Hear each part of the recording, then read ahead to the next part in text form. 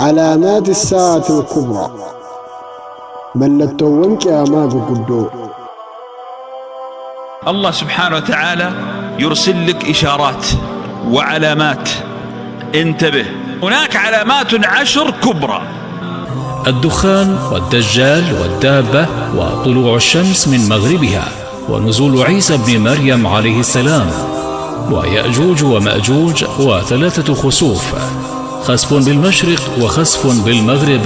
وخسف بجزيرة العرب، وآخر ذلك نار تخرج من اليمن تطرد الناس إلى محشرهم. بسم الله الرحمن الرحيم. الحمد لله رب العالمين، والصلاة والسلام على أشرف الأنبياء والمرسلين، نبينا وحبيبنا وقدوتنا محمد بن عبد الله وعلى آله وأصحابه ومن اتبع هداه واقتفى أثره إلى يوم الدين. أما بعد، السلام عليكم ورحمة الله تعالى وبركاته. دعوتني تي في هملتن بكم جرتن هندتو نجين ربي رحمن نساء بركة نساء إسن الرهجرات جدا هرا يو رب نوف مجيسي جدي سغنتا تكو سغنتا دما الدنيا كنا جدو. الدنيا كن حالا كمين نمتي قيامان غافا دابتي الدنيا براتي حالا كمين ججيرمتي وانجدو ملتو إساتي في wantoota guyyaa qiyaamaa dirree qiyaamaa irratti ta'an hanga rabbiin nu laaffiseen gabaabinaan isiniin biraan gahuu yaalla. Har'aaf kanan qabadhee isiniif dhiyaadhee mallattoo qiyaamaa kan jedhudha. Mallattoo qiyaamaa yookiin mallattoo dhuma duniyaa kanaa wantoonni akeekan maal maalii kan jedhudha. Sababni nuti waa'ee qiyaamaa waa'ee mallattoo isaa dubbannuu fi rabbii guddaa rabbii ol ta'etu subhaanahu wa ta'aalaa guyyaa qiyaamaatti amanuun yookiin akhiraatti amanuu kana arkaana iimaanaa yookiin hundee bu'uura iimaanaa ja'an keessaa tokko godheeti kan inni ramade.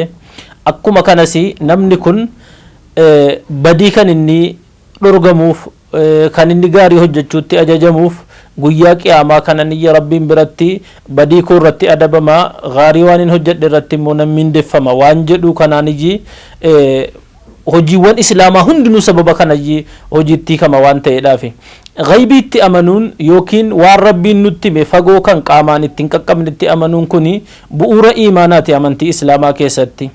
Namni rabbiin sodaata jedhamu hundi isaatu nama ghaybii kanatti amane. Fakkeenyaaf rabbiin quraana suuratul baqaraa keessatti alif laam miim dhaalika alkitaabu laa rayba fiihi hudan lilmuttaqiin jedhe. Quraanni kun yookiin kitaabni sun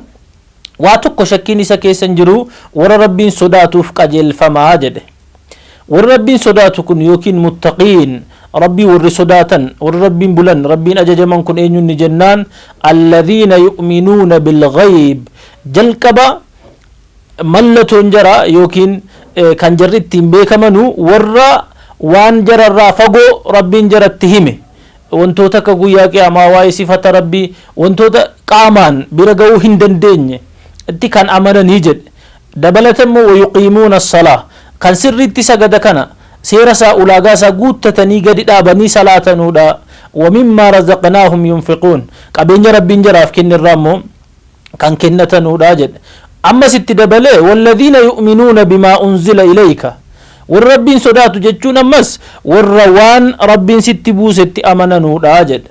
Yu'minuuna bimaa unzila ilayka, waan rabbiin biraa gara nabi Muhammad itti buufame alayhi salaatu wassalaam qur'aanatti haasaa ergamaa rabbiitti alayhi salaatu wassalaam warra sirriitti qalbiidhaan amanan hojiidhaan agarsiisan. Wamaa unzila min qablik, waan si dura buufamillee kitaabolee duraanii kanneen akka Tawraat, Injiil, Zabuur kanneen nuti maqaa isaa hin beeknellee rabbiin kan buusetti warra amanan. الذين يؤمنون بما أنزل إليك وما أنزل من قبلك وبالآخرة هم يوقنون. إسان آخرة سرت كم مركنة فتني راجد. آخرة كافمين فول درا ربيتي وان هجد هندانو من دفع مجتشو مرتي ربي قوياك أمانة كنما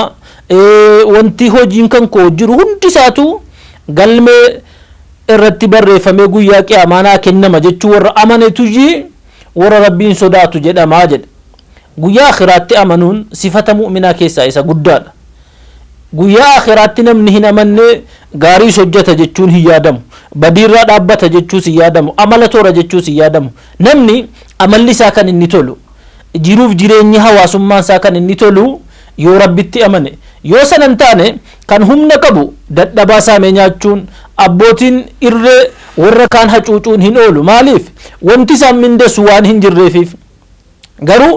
rabbiin immoo subhaanahu wa ta'ala warra har'a badii hojjete guyyaa qiyaamaa waanuma isaan hojjetan isaan mindeessa badii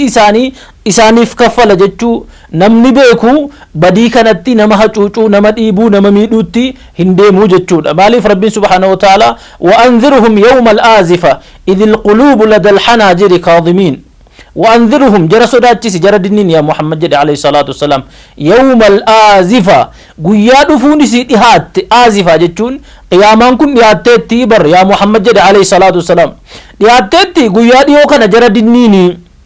قيا سنة إذ القلوب لدى الحناجر كاظمين قلبين أنما رفع أسمر بكذا كوكي كانت تركتها تنكي را تنكي قيا سنة rakkoo namni muddamee kokkee isaatti dhufee lubbuun as gahee maa lilzaalimiina min hamiimin walaa shafiici yuxaac kaadimiin naasuudhaan rifannaadhaan guutamanii guyyaa sana warra miidhaa hojjetaa turaniif wanti isaan baraaru tokkollee maa lilzaalimiina min hamiimin walaa shafiici yuxaac firri jara tumsu hin jiru firri jara balaa sanarraa jara oolchu hin jiru akkuma kana manguddoon illee jechisaa jalaa dhagahamee jennaan warra zaalimaa kana adabbiirraa oolchu tokkollee hin jiru kanaan jara dinniini badiirraa akka dhaabbatanuu jedhe badiirraa of eeguudhaaf sababa guddaa ta'a akka ilmi namaa wal hin miineef akka ilmi namaa haqa rabbii hin rifneef sababa guddaa ta'a kanaaf waa'ee qiyaamaa dubbanna waa'een qiyaamaa immoo ofii isaatii nurraa gaybii fagoo waan ta'eef rabbiin ol ta'ee jalqaba mallattoolee adda addaa dursee akka namni qiyaamaa kana baru edaa gara rabbii deebi'uun haqiiquma ta'eera mirkanaa'eera kottaa isaaf qophoofnu yeroo isaa dhiyaateera akka namni jedhee qophaa'uufiyyi mallattoolee adda addaa rabbiin dursee qiyaamaan dhufaarti jechuu waan akeektuu mallattoo adda addaa gadhiise mallattooleen qiyaamaa kun bakka gurguddaa lamatti qoodaniiti kaani beektoleen islaamaadha mallattoon tokko mallattoolee xixiqqaadha mallattoolee xixiqqaa kan baay'inaan hamma dhufanii darbantu jiru inni lammaffaa immoo mallattoolee gurguddaadha kan yeroo qiyaamaan barichee dhihaate wal hordofee dhufuudha mallattoolee qiyaamaa isa xixiqqaa kana baay'inaan duukaa buunee hin dubbannu hanguma ta'een isiniif tuquu yaala mallattooleen qiyaamaa xixiqqaa kun baay'een isaa dhufee darbeera parsantiin 80-90 jechuun hanga danda'amuun dhufee darbeera rabbiin quraana keessatti maal jedhe fahal yanzuruuna illa saa'ata an ta'tiyahum baghtatan faqad jaa'a ashraatuhaa fahal yanzuruun sila waan biraa eegaaruu jirri jedhe illa an ta'tiyahum saa'atu baghtatan qiyaamaan gama rabbii deebi'uun osuma isaanii hin barin akkuma tasaa dingata wayitiin dhufee akka bakakkaa jaratti bu'ee jara fuudhee deemuu malee maaltu yara hafee فقد جاء أشراطها ملتولين سي بر باين نفتيتي جده كان قيامة أشراط الساعة جتشو ملتولي قيامة جتشو روان النتين ديات كنو أكنا دياتا دفيرا جتشو انتو نبيكسيسن هدون دفنيرو مالي غارو قيامم تدفي جر رده جر فود ديمو مالي مالتو جرها في جده ربين ملتولين قيامة تتكان جن كن هدون سادو في دربيرا kan hafe waan xiqqoo waan muraasa ta'uu isaatu mala fakkeenyaaf mallattoolee qiyaamaa xixiqqootti kan ulamoonni lakkaan keessaa ergamuun dhumti nabi muhammad alayhi salaatu wassalaam mataan isaa mallattoo qiyaamaati maaliifi ergamaan rabbi alayhi salaatu wassalaam dhuma nabiyyootaati ما كان محمد أبا أحد من رجالكم ولكن رسول الله وخاتم النبيين نبي محمد عليه الصلاة والسلام أبا ديروتي كيساني تقول له انتاني قالوا إني أرقما ربيتي تمورا يوكين مؤلوم نبيوتاتي نبي محمد في قيامة قدو نبيين برا كان ارقمو هنجرو كنافو قيامة دا والبرا جتشون إذا كان يرو حديثا نبسان ارقمان ربي عليه الصلاة والسلام بعثت أنا والساعة كهاتين جدا بعثت أنا والساعة كهاتين أني في قيامان أكخنت ارقمنا جدا حنقكم إني أكيكتون كم كبسا قدا برا حفو كنا نبي محمد قيامان وللرافقاتو جتشون عليه الصلاة والسلام كنافو ارقمون امتساني متانسا yeroo qiyaamaan dhihaateera kana booda nabiyyiin biraa isiniif hin ergamu kana booda kitaabni biraa hin buufamu kana booda qajeelfamni biraa rabbiin biraa isiniif hin dhufu ilmaan namaa kun waan hojjete irratti mindeeffamuun dhihaateera jechuuf mallattoodha kanaafuu ergamaan rabbi alayhi salaatu wassalaam hadiisa biraa keessatti maal jedhan bu'istu fi nasami saa yeroo qiyaamaan qilleensi isaa bubbisu qilleensi qiyaamaa kan inni bubbisaa dhufe ergamee jedhan yeroo qilleensi qiyaamaa asiin bubbisaa jiru kana keessanii ergamee jedhan. lammaffaa immoo mallattoon qiyaamaa ofumaa isaati du'uun nabi Muhammad isa alayhi salaatu wassalaam mallattoo qiyaamaa keessaa tokko. ergamaan rabbi alayhi salaatu wassalaam mallattoo qiyaamaa yeroo udud qabla saa'ati sittan jedhan osoo qiyaamaan hin dhaabatin waa jaha lakkaa'ii jedhan sana keessaa tokko du'a isaaniiti. isaan du'an jechuun ammas qiyaamaadhaaf haalli mijeeffame yeroon dhihaataa dhufeera mallattoo qiyaamaa xixiqqoo keessa. kan biraa immoo ji'uma kana baatii guddaa kana rabbiin subhaanahu wa ta'ala mallattoo qiyaamaatiif godhee bakka lamatti dhooseera. bakka lamatti dhoohuun ji'a kun baruma ergamaa rabbii keessa kan inni agarsiifame. اقتربت الساعة وانشق القمر وإن يروا آية يعرضوا ويقولوا سحر مستمر. قيامان نياتي جد ربين جيني بكا لما تدوه الدبئه توكو غربها بوئه توكو غردها بوئه والرافقاته. وإن يروا آية غروري ديدان فينچلان سلوم حقهم بربانه osuma mallattoo guddaa kana raajii kana illee argani yu'ridu irra dugdagalanii tiji wayaqulu sihrun mustamir inni kun bar sihirii yookiin falfaluma turaa wama dur aadeffatame jedhanii jedhe. taateen kun bara ergamaa rabbii keessa yeroo ergamu alayhi salaatu wassalaam akkam ta'e ummanni mushrika makkaa warri didan finciloonni yaa Muhammad mee sitti amanna ji'a kana bakka lamatti dhoosinu agarsiisii jedhanii akka mallattootti gaafatan. rabbiin waan isaan gaafatan keessaa kan fedhe ni deebisa kan fedhe immoo kun sin ilaallatu jedhee dhiisa. kana ni deebiseefiif ji'a kana bakka lamatti qoodee rabbiin agarsiise. tokko dho'aa tokko gama sana kaa'e tokko gama sana kaa'e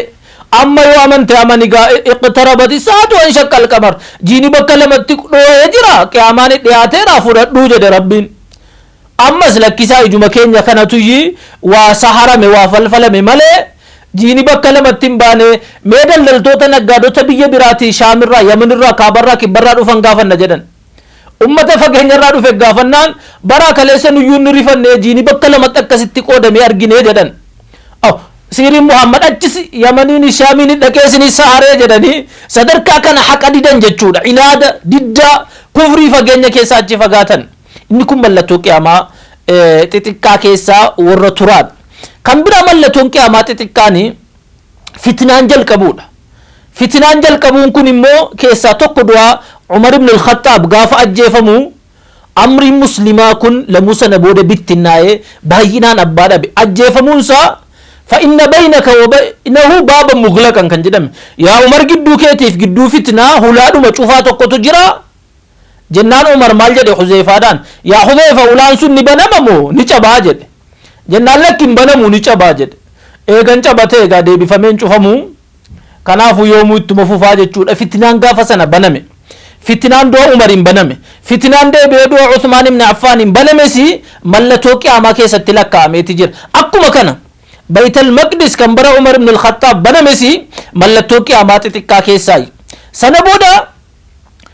ان فتنان ارجما ربه من عليه الصلاه والسلام ستكون فتن كقطع الليل المظلم يصبح الرجل مؤمنا ويمسي كافرا ويصبح مؤمنا ويمسي كافرا ان ارجما ربي جدنا عليه الصلاه والسلام فتنان سي تشدفتي مكرون هماتان الفاتان اكال كان دكنا وي دكني سبايا ألفاتا يصبح الرجل مؤمنا فتنان سن ألفات الراكا نميتشي غنما إنكو إيمانك بنما عمنتي بريدات يرودي هو كفري بل دعا ترى أمو غريني مو غنما كافرة غلغلني أمان جيجي جيرا ميحالي يبيع قوم دينهم بعرض من الدنيا أمني أمنتي إساني دنيا تغرغرتو wanti xiqqoo waan salphaatti maallaqatti dachii wayii fudhachuutti silxaana wayiitti dubartii wayii fuuchuutti waan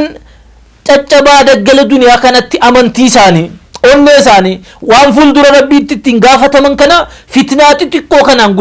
gurguratu jechuudha. inni kunis mallattoo qiyaamaa keessaa isa tokko fitnaan baay'achuun biraa kan biraa immoo maa inni lolli cimu lolli ulfaachuu keessumaa lolli giddu gala bahaa naannoo shaam kan naannoo iraaq kana keessa baay'achuun mallattoo qiyaamaa isa cimaa ergamaan rabbi dubbatan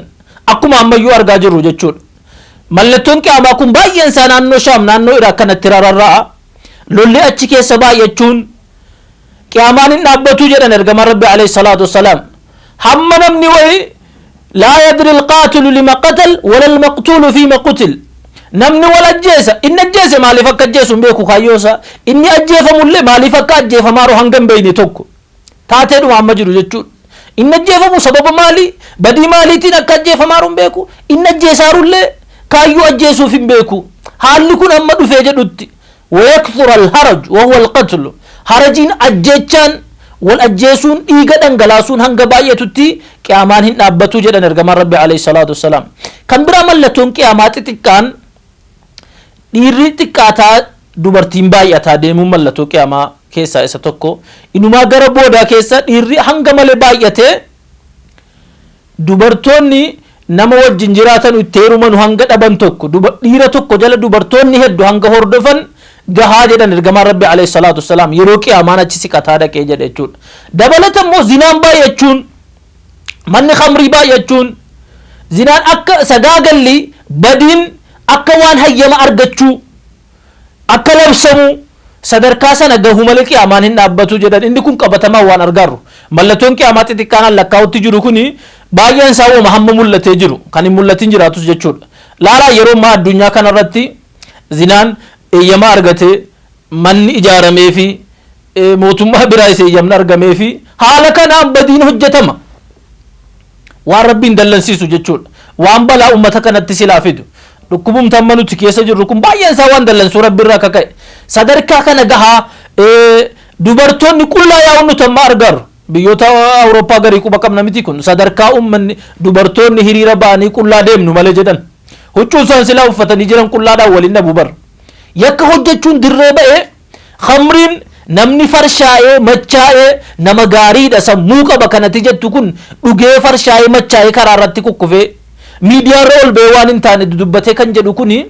mallattoo qiyaamaa keessatti kan ergamaan rabbi lakkaanidha alayhi afdalu salaati wa azka tasliim egaa mallattooleen qiyaamaa xixiqqaan kuni baay'eedha lakkoofnees hin fixnu garuu hedduun isaanii dhufanii darbanii jiru kan hamma keessa jirrus ni jira inni mallattoon cimaan kan dhaqee gara yeroo inni argame qiyaamaan dhufeera jechuun sammuun nama hundaatu itti amanutu jira isa kanaaf immoo karaan sirraa deemaa jira hamma mallattooleen qiyaamaa ciccimaan baay'inaan kan jarra argaman akkuma sila isinii kaasaa ture walakkaa naannoo shaam kana keessaa argama gaafa inni argamuutti deemu kan ammoo lolli kun baay'ataatti deema mootummooleen jajallaan jal'ina keessa daangaa darban uumamaayyi deemu hadiisa tokko keessatti ergamaan rabbi alayhi salaatu wassalaam maal jedhani فتكون النبوة فيكم ما شاء الله لها أن تكون ثم يرفعها الله إذا شاء يرفعها نبي من يوكين بر نبوة جتشون إسن كيسة ترى هنگا فدي هنگا ربين فدي نترى سنبود ربين إسي كاسا يروخاسو فدي جدن ثم تكون فيكم الخلافة الراشدة خليفة بلجتون إسلاما كجيلون حق الرد هندا أني بلجن إسن كيسة أرغمو isin isan garabbiin fedhe argamteetiyyi isin keessaa kaatii jedhan thumma takuunu fiikum mulkun caad sana booda immoo dhufee isin keessatti argamaa kan isin bulchu kan isin hoggan mootummaa akkamii mulkun caad jechuun kan jallina daangaa darbe aangoo irratti wal lolu caad jechuun kan waa ciniinu barcuma aangoo kan taayitaa kana ciniinee inni kun qabataa inni sun silkaaniin qabataa mootummaa irratti wal lolu jechuudha thumma takuunu fiikum mulkan jabariyyan sana booda immoo mootummaa humnaan bulchu qawweedhaan deeninati security amma jedhamu kan isa kana fidee rabbiin isitti sallataa jedhan ergamaan rabbi alayhi salaatu wassalaam sana booda immoo hammas ummata islaamaatii fi fayarfa'u allahu idhaa shaa'a yarfa'ahaa warra kanas rabbii yeroo fedhe hammas hin kaasaa dhumarratti immoo thumma takuunu fiikumul khilaafatu khaliifaan islaamaa haqaan bulchu dhufaa jedhan meelaal ergamuun nabi muhammad alayhi salaatu wassalaam waggaa 20 way ummata muslimaa keessa ture sana booda eega isaan ergamanii ka'anii khilaafaan raashidaan abuu bakr siddiq umar ibn al-khattaab uthmaan ibn affaan ali ibn abi taalib hijiraarraa kaasee jechuudha naannoo 35 waan akkasii keessa xumuramee jira sana booda dawlaa umawiyyaa dawlaa abbaasiyyaa laale mulkun caad mootummoolee aangoo irratti wal ciniinan wambarii aangoo ciniinanii wal harkatti qabanii isarratti wal ajjeesanii aangoodhaan hoogganamaa turan. Amma sana booda mulkan jabariyyan mootummaa humnaan bulchu rukutee ajjeesee ilaalta miti biyyooti islaamaa kan amma waa inni wal gadhaa jiru. Aangoo irratti inni kaan wal ajjeesee abbaan yeroo garii ilma ajjeesee akka jiruun biyyi muslimaa guutuun sadarkaa jechuudha basaastotaan bulu keessa ga'ee jira. Humnaan qawweedhaan rasaasaan kan bulu irra ga'e isa kanatu dhufaa jedhan. Lolli kun akka kanatti deemaa dhaqee maalitti darbaa booda akhiirarraa khilaafaan islaamaa wayii ni dhufa. Khilaafaan islaamaa dhufu kun kan haqaan bulchu ardii zulmiidhaa fi miidhaadhaa fi badiidhaan guutamte kana fayamla'uhaa adlan wa qistan haqaa fi walqixxummaadhaan guuta. Sunnaa nabi Muhammad alayhi salaatu wassalaam kan ummanni balleesse kan ummanni ajjeese deebisee fayyisee hojiirra oolcha. Yeroo sanatti hajjiin sirriitti godhamu, salaanni sirriitti salaatamu, sunnaan nabi Muhammad alayhi salaatu wassalaam sirriitti fayyifamaa jechuudha. Mootii akkasiitu dhufaa. Osoo mootiin akkasii jiru ummata bulchuu karaa haqaarra deemsisuu mallattooleen qiyaamaa warri gurguddaan kun banamuu jalqabuu jechuudha. Isa kana insha Allah sagantaa taanutti mallattoolee qiyaamaa warra gurguddaarraa tuquu yaallaa isana dhaggeeffattan nama irraa fayyadamu isinis anas rabbina taasisu. Hadha huwa sallallahu wasallam wa baraka ala nabiyyina Muhammad wassalaamu alaykum wa rahmatullahi wa barakatuh. علامات الساعة الكبرى ملتون قياما غرغدو. الله سبحانه وتعالى يرسل لك إشارات وعلامات، انتبه. هناك علامات 10 كبرى: الدخان والدجال والدابة وطلوع الشمس من مغربها ونزول عيسى بن مريم عليه السلام ويأجوج ومأجوج وثلاثة خسوف: خسف بالمشرق وخسف بالمغرب وخسف بجزيرة العرب، وآخر ذلك نار تخرج من اليمن تطرد الناس إلى محشرهم.